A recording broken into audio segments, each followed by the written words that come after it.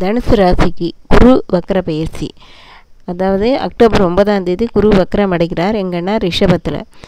தனுசு ராசிக்கு ராசிநாதனும் நாளுக்குடைய சுகாதிபதியான குரு 6ஆம் இடத்துல போய் வக்ரம் அடைகிறது உங்களுக்கு சில ஆரோக்கிய தடைகளை ஏற்படுத்தும். ஏன்னா உங்களுக்கு 6ல் போய் ராசி அதிபதியும் அவர் தான், அதே சமயம் சுகசானாதிபதி, அதாவது தாயாரிடம் வீடு எல்லாத்தையும் குறிக்கிறது, கல்வி எல்லாத்தையும் குறிக்கிறது குரு தான்.